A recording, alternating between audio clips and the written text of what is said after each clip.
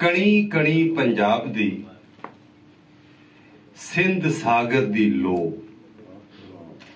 जिवें ये 5 दरिया है ये सारे जाके सिंध सागर च इंज हथ उतों पहाड़ों तो आउंदे ने ते सिंध सागर च जाके ये 5 दरिया जिहड़े ने दिखते ने। पर साडा जो टाइटल है सप्त सिंधु वसेबी सांझा। असी कोई सांझी वसों है साडी हड़प्पे तक तो सानू इलम लभदा है।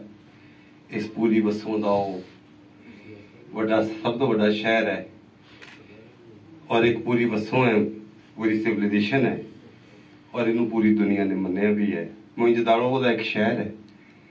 असी सारे नेड़े मतलब सिंध सागर तक जिथे तक सिंध की पूरी है इंडिया का इलाका भी विच आ जाता है। ये सारा इंडस वैली दी सिविलाइजेशन है। सप्त सिंधु वसेब दा वसों दा ये इलाका है। ये साडियां असल जड़ां ने।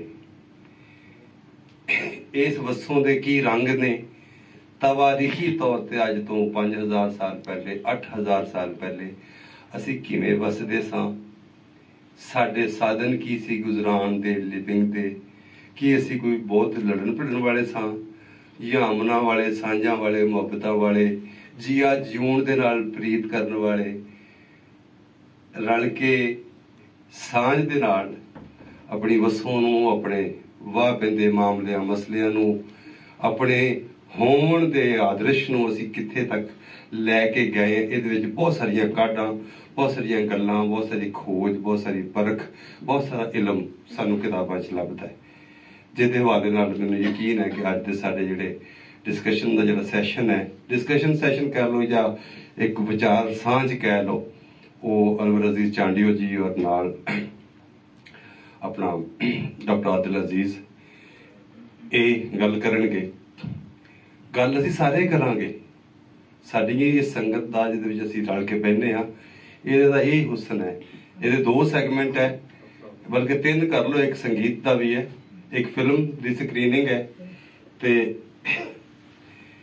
एक विचार दा है। विचार दा मतलब सारे ही उहदा हिस्सा बन सकते हैं और इह बनते रहना चाहिए। ते असी बहुत लंबे लंबे ड्रैग किस्म के सैगमेंट मैं कदे नहीं करता अपने प्रोग्राम्स दे विच।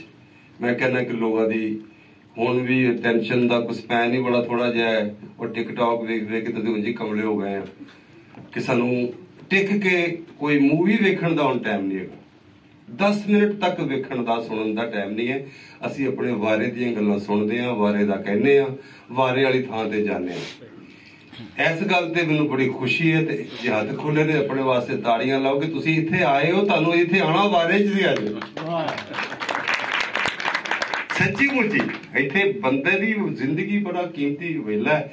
वो अपनी एवें ते नहीं किधरे जाके लाएगा 2 घंटे से। असी भी यही कोशिश की पिछले प्रोग्राम च भी ते हुण भी कि बई कोई क्वालिटी गल हो जाए, जागृति की गल हो जाए, सांझ मुहब्बत की गल हो जाए, आर्ट की, लिटरेचर की, कल्चर की, फलसफे की, हिस्टरी की, किसी गुण की, सुर की, ये गल असी करने की कोशिश करी दी। हर हफ्ते असी करने ते अज दा जिहड़ा इकट्ठ है उहदे वल वधने आ। शेर फिर पिछे 2 वारी 3 वारी रह गया, हुण मैं पूरा करके रहना। कणी कणी पंजाब दी सिंध सागर दी लो आखे शाह लतीफ नू एक निकरइए हो। सो अज दा कणी कणी पंजाब जरा बस अजरी कणी कणी जिहड़ी साडी जाके सिंध च डिगदी है, इसी तरह बोली भी वगदी वगदी सिंध च जाके वो किन्ने रूप स्वरूप वटांदी है। मैं खुद सिंध च रहा, कराची रहा, मैं सिंधी अखबार पढ़दा सी क्योंकि मैनू पंजाबी आउंदी है। जिन्हों पंजाबी आउंदी है वो आसानी दे नाल सिंध दे सारे अखबार पढ़ सकदा है। भावें उन्हें सिंधी सिर्फ उन्होंने अल्फाबैट्स नसख वाले समझ आ जाते हैं अरबी की वजह नाल। ते इन्नी साडी नेड़ता है लफ्जाली दी भी। एक दिन मैं चांडियो साहब के घर बैठा तो अंगां दे नां, शैवां दे वजूद दे अंगां दे नां दी मैं कहा जी बोली फर्क ते अख नूं, हथ नूं, कंन नूं की कहंदे ने सिंधी च? तो मेरा ख्याल 99% सेम ने।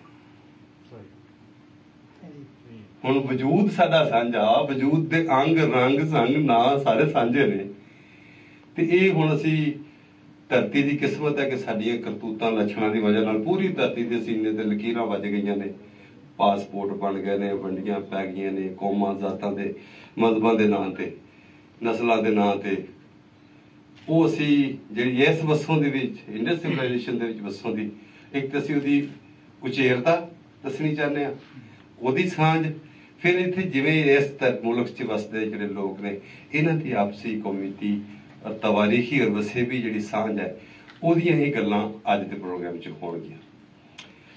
ਸੋ ਪਹਿਲਾ ਸੈਗਮੈਂਟ ਇਹ ਵੇ ਕਿ ਇੱਕ ਬਹੁਤ ਵਧੀਆ ਸਾਡੀ ਫਿਲਮ ਮੇਕਰ, ਡਾਇਰੈਕਟਰ, ਕਿਸੇ ਹੱਦ ਤੱਕ ਪ੍ਰੋਡਿਊਸਰ ਵੀ ਉਹ ਇਸ ਤਰ੍ਹਾਂ ਕਿ ਵੀ ਵੋਟ ਤੇ ਨਹੀਂ ਕਰਦੇ, ਸਾਡੇ ਨਵੇਂ ਫਿਲਮ ਇੰਡਸਟਰੀ ਨਾਲ ਜੁੜੇ ਲੋਕ ਜੋ ਪ੍ਰੋਡਿਊਸ ਕਰਨਾ ਚਾਹੁੰਦੇ ਨੇ। ਲੇਕਿਨ ਕਾਇਨਾਤ ਥੇਬੋ ਸਾਡੀ ਬੜੀ ਬਖਤਾਂ ਵਾਲੀ ਇਹ ਕਹਿ ਲਓ ਕਿ ਫਿਲਮ ਮੇਕਰ ਹੈ। ਮੈਂ ਪਿੱਛੇ ਜੇ ਉੱਥੇ ਇਸਲਾਮਾਬਾਦ ਇੱਕ 3 ਦਿਨ ਦਾ ਸੈਮੀਨਾਰ ਹੋਇਆ, ਕਾਨਫਰੰਸ ਹੋਈ ਮੇਰਾ ਖਿਆਲ ਮਦਰ ਲੈਂਗੁਏਜ ਦੇ ਹਵਾਲੇ ਨਾਲ।